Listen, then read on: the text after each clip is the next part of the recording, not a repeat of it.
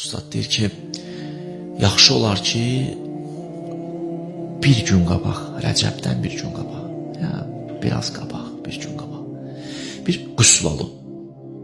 Nə qüsli? Tövbə qüsli. Bir ibadət var, onu eləyəcəksiniz. O da Peyğəmbər dedi ki, Zilqədə ayında dedi, Zilqədə ayının birinci bazar günü. Belə kim tövbə eləmişsə, belə tövbə eləsin. Düzdür, o gün xüsusi günüdür, amma belə günlərdə də eləmək olar bu ibadəti. Yaxşı. O alim deyir, o ibadət belədir. Tövbə qüsl alın. 1. Sonra dəst namazınızı alın. 2. 2 dənə 2 rükət namaz qılın. Necə tövbə namaz qılırsınız? Hər rükətdə Həmd surəsi, 3 dəfə İxlas, Qul huvallah yəni, bir dəfə Nas, bir dəfə Fələq. Yaxşı. Elə ki 2 rükət namazı bitirdiniz, 4 dənəni 2 rükət qılırsınız amma sübh namazı kimi.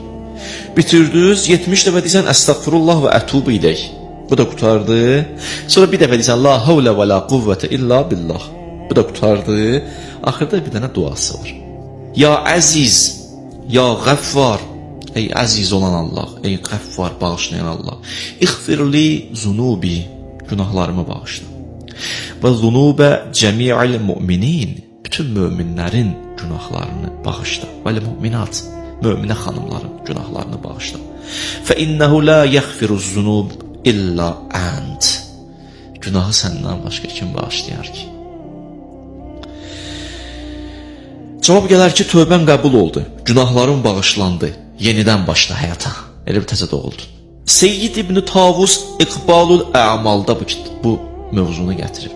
Deyir ki, nə olar bu namazı qılan insan? Aqibət bir xeyr gedər.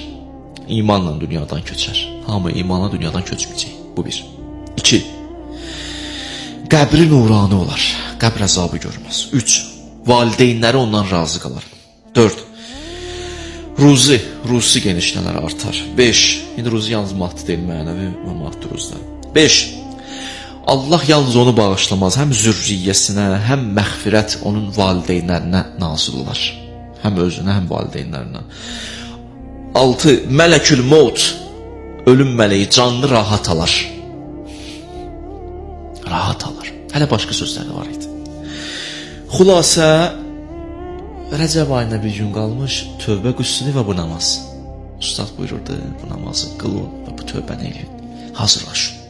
Rəcəb ayı gəlir.